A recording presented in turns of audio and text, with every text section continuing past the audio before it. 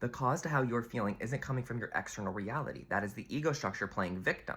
So it's saying the reason why I'm upset is because of this person or this situation. Or in order for me to have peace and joy and self-worth, I have to go get this in the outside world. I have to go accomplish this. That is how the ego projects out into the outside world. It is using the outside world to maintain its own belief system.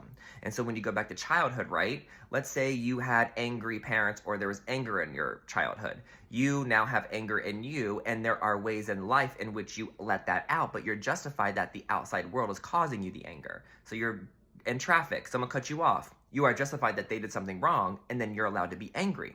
Or some politician or something you're reading on the news, you're allowed to be angry. Some person in maybe your romantic partner cheated on you, made a mistake. Now you're allowed to be angry. Someone said something to you you didn't like. You're allowed to be angry. And you think you are fully justified in that they caused that and they're wrong and your anger is reasoned. But in reality, it's because you are attracting those experiences because of the anger in you. And since you always let it out, the universe is sending you more because that's what you believe.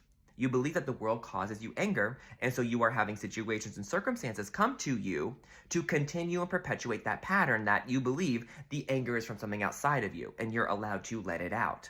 Same thing with guilt. Same thing with insecurity and fear and anxiety and self-worth issues.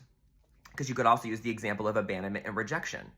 You know, if you were abandoned and rejected or felt that way at a young age, it became part of your identity. So now you perpetuate that through cycles of experiences with people and or things. So you didn't get the job, you feel rejected. You didn't get into the school you wanted, you feel rejected. Didn't get the friend group you wanted, don't look a certain way, you got dumped, or this emotional unavailable person, you're attracting those kind of people.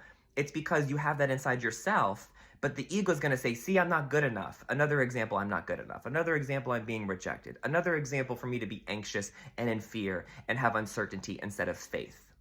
And so when you are seeing yourself in those patterns, we want to practice forgiveness through this prayer. I'm determined to see this differently. I'm determined to see this person differently, the situation differently. I'm determined to see this anger differently. I'm determined to see this rejection and this abandonment differently. I'm determined to see this anxiety differently. You think your narration is truth because you're feeling it, and you think your feelings are true. No, your feelings and your perceptions are coming from a belief system of what you already believe about yourself, but it is in your subconscious, and consciously you're looking at reality. And so consciously you're experiencing it all, and it's all so true to you because you're making it true. But if you don't forgive, can you realize you're making this true and how deep this goes?